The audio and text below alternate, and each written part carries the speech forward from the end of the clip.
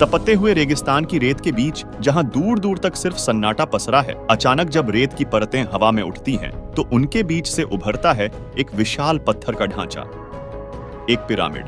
लेकिन ये कोई आम इमारत नहीं है, यह है हजारों साल पुराना एक रहस्य, ऐसा रहस्य जिसे इंसानों ने नहीं, शायद किसी दूसरी शक्ति ने छुआ है। मिस्र के पिरामिड सिर्फ पत्थरों का ढेर नहीं, बल्कि मरे हुए राजाओं की आत्मा की यात्रा के लिए बनाए गए दिव्य द्वार हैं। मिस्र की सभ्यता मानती थी कि मृत्यु अंत नहीं है, बल्कि एक नई शुरुआत है। जब कोई फैरो यानी राजा मरता था, तो उसकी आत्मा एक और दुनिया की ओर बढ़ती, पर उस यात्रा के लिए उसका शरीर सुरक्षित रहना जरूरी था। इसलिए उसकी लाश को खास औषधियों से संरक्षित किया जाता, कपड़े की पट्टियों में लपेटा जाता ताकि वह सड़े नहीं, बिखरे नहीं, और यही बनती थी मम्मी। ये मम्मी रखी जाती थी पिरामिड के अंदर बने एक गुप्त कमरे में, पर वहाँ सिर्फ शरीर नहीं रखा जाता था, साथ में भेजा जाता था सोना, चांदी, खाने पीने का सामान और नौकरों की मूर्तियां, क्योंकि मिस्रवासी मानते थे कि मृत्यु के बाद भी राजा को वही वैभव मिलना चाहिए जो उसने जीते जी पाया था। पिरामिड की दीवारों पर उकेरे गए चित्र और संकेत, जिन्हें हायरोग्लिफिक्स कहा जाता है, दरअसल आत्मा के मार्गदर्शन के लिए लिखे गए मंत्र होते थे। इनका उद्देश्य था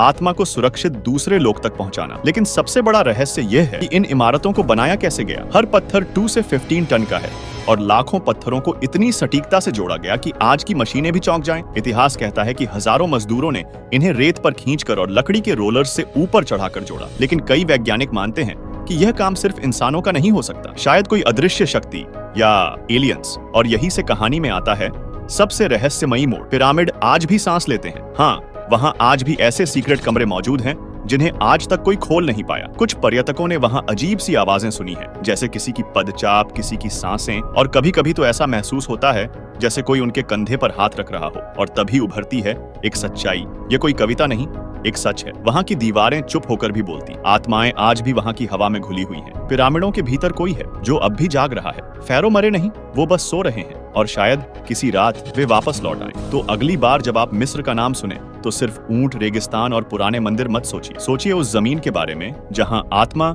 शरीर से अलग होकर भी सांस लेती है, जहां मृत्यु एक द्वार है और पिरामिड उस द्वार के रक्षक।